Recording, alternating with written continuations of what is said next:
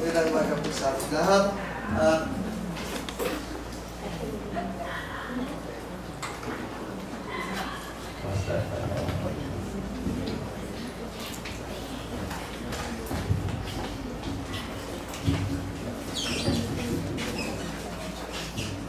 Luwa po nakakagalak sa ating puso at napakadami po natin sa umagang ito. Kaya po ito nagbibigay sa atin ng magandang inspirasyon dahil linggo-linggo po nakikita ko iba-iba mga tao natin dito kasama. Salamat at ako po ay nabigyan uli ng pagkakataon sa umaga nito na magbahagi ng mensahe. At nataon naman na na-prepare ko po ngayon ay may kinalaman kung paano tayo magpapalakasan sa bawat isa sa atin. Okay, tatalakayin ko po dito isang malagang bahagi na kung saan ay maaaring ang karamihan sa atin ay makaka-relate po dito. Nagkataon po, may bisita yata tayong taga-Amerika. Am I required to speak English so we can translate? Hindi. But with the use of an English and Tagalog, maybe I could easily explain. Hopefully. Tulungan niyo na lang ako pagka ako ikinapos. Okay po. Sa mga ito, nais ko pong banggitin na kung saan ay nagbigay ako ng mensahe na nauukol about sa tinatawag nating mga depression at spiritual emptiness. Alam nyo, lahat tayo po nakakaranas nito. At bilang mga isang Kristiyano ay nais ko pong ipaabot sa inyo na hindi dapat ito ay manatili sa atin. Marami sa ating mga kasamahan, sa ating mga kaibigan, sa ating mga mahal sa buhay, kung tutusin ay dumadanas ng issue ng tinatawag nating emptiness. At kung minsan pa po ito ay kumahantong doon sa tinatawag natin na depression. Maaaring ito, hindi niyo po mapapaliwanag kung ito ay hindi niyo nararanasan. Pero lahat po tayo, dumadaan tayo sa punto na kung saan ay mararamdaman natin yung pagkahungkag, kakulangan sa ilang punto ng ating buhay na kung saan ay hindi natin alam saan po ito nanggagaling. Okay? At bakit may ganitong uri na nararamdaman ang mga tao? Kapag ang isang tao ay nakakaranas ng emptiness at depression sa buhay, ito ay nagbibigay ng mga kabigatan sa kanyang mga puso. Madalas, kapag po tayo ay may ganitong nararamdaman, ito pa ang nagiging dahilan upang tayo ay lumalayo. Nagiging dahilan upang tayo ay lumalayo o napipigilan para hanapin natin ang Panginoon at maging kalasag natin o maging kasama natin upang tayo ay lalong magtumibay. Yung po tinatawag na emptiness, ito po tandaan natin, kadalasan po ito ay isang pakiramdam na parang pagod na pagod.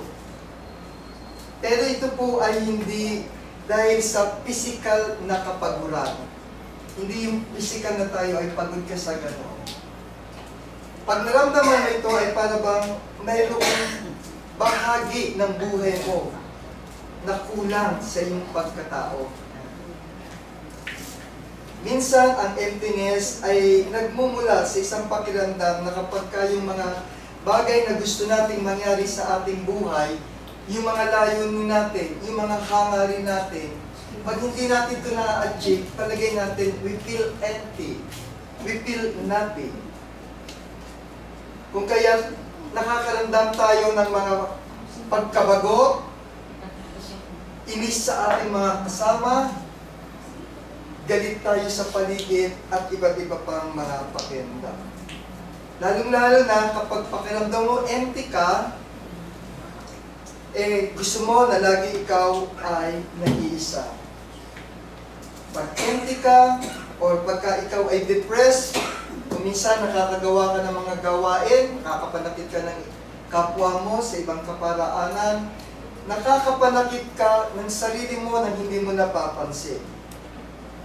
Ngunit hindi ito ang kalutasan kapag ka ang isang Kristiyano ay nakakaramdam ng kakulangan sa kanyang mga puso. Hindi ito ang solusyon sa problema ng depresyon, dahil pinapakita mo ang kakulangan mo ng pagmamahal mo sa iyong sarili.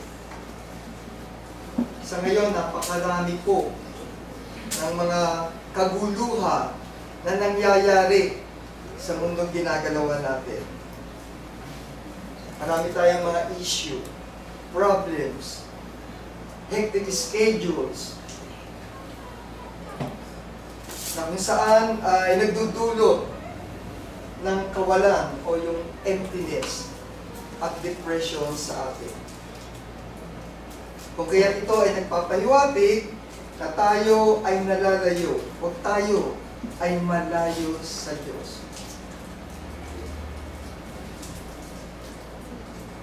Bibigyan ko lang po kayo ng konting idea kung ano yung mga nararamdaman ng mga empty o yung kawalan nasa mga sarili nyo ng concentration at yung mga nadidepress. Lalong-lalo na yung mga kabataan na akala nila it's just an ordinary feeling. But when a person is feeling empty or depressed, they feel lonely, malulungkot sila.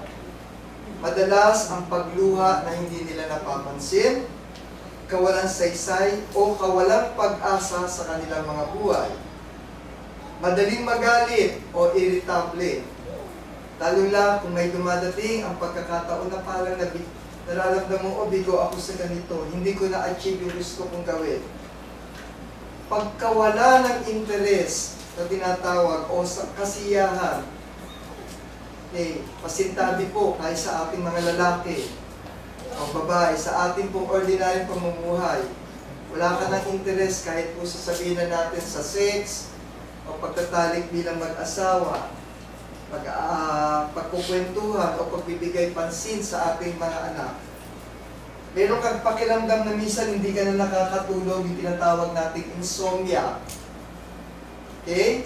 Yung kung parang lagi kang balisa, na kung saan ay nawawalan ka ng enerhiya, bumababa ang iyong timbang. O kung minsan naman, dinadaan mo sa pagkain ng sobra dahil, di ba, dinadivert mo yung sarili mo hanggang sa tumaba ka naman at tumaba. Depression issue po yan. Madalas, yung pag-iisip ng mga paulit-ulit.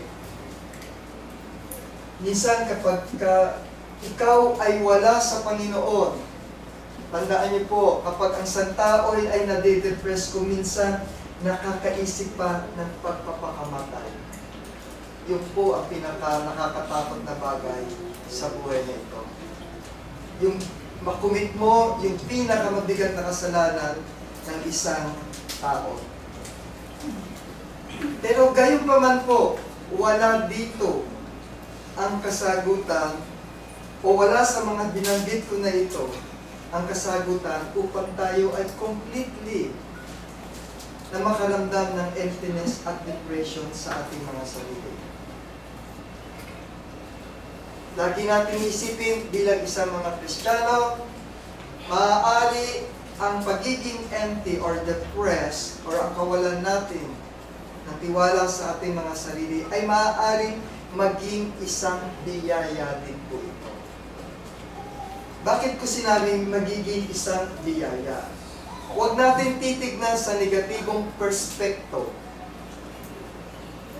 Na kapag ikaw ay empty, ikaw ay depressed, that you are going to be useless at all.